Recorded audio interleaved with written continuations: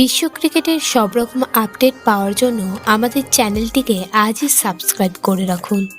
Toss জিতে প্রথমে বল করার সিদ্ধান্ত নেন রাজস্থানের অধিনায়ক সঞ্জু স্যামসং। সল্ট রান না পেলেও আরেক ওপেনার নারিন এই ম্যাচেই শুরু থেকে বিধ্বংসী মেজাজে ছিলেন। ৩ নম্বরে নামা রঘুবংশীর সাথে তিনি জুটি বাঁধলেন ৮৫ রানের। আগের ম্যাচে দলকে জিতিয়ে মাঠ ছাড়লেও এই ম্যাচে রান করতে পারেননি কেকেআর অধিনায়ক শ্রেয়াস আইয়ার। ১১ রান করে আউট হন তিনি। মাত্র ৪৯ বলে ১৭ রান করলেন নারিন। ১৩টি ৪ ও ৬টি ছক্কা মারলেন তিনি। পেসার স্পিনার কাউকেই রেয়াত করলেন না এই ক্রিকেটার।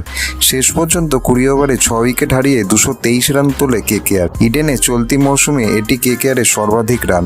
জবাবে রান তাড়া করতে নেমে প্রথম থেকেই বড় শট খেলা শুরু করেন জয়সওয়ালরা, কিন্তু বড় রান করতে পারেননি তিনি। জরুরি রান রেট বেশি হওয়ায় হাত খুলে খেলা ছাড়া কোনো উপায় ছিল না। সেটাই করছিলেন বাটলার ও রিয়ান পরাগ।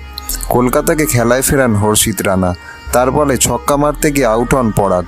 শেষ ৩ ওভারে রাজস্থানের জিততে দরকার ছিল ৪৬ রান। বাটলারের ওপরে নির্ভর করছিল সব। শেষ ওভারে ম্যাচ জিততে ৯ রান দরকার ছিল রাজস্থানের, সেটা করে দেখালেন বাটলার। আরও একবার ছক্কা মেরে ১৭ রান করে দলকে জেতালেন তিনি। ভিডিওটি ভালো লেগে থাকলে বাংলার ক্রিকেট চ্যানেলটিকে অবশ্যই সাবস্ক্রাইব করে দিন।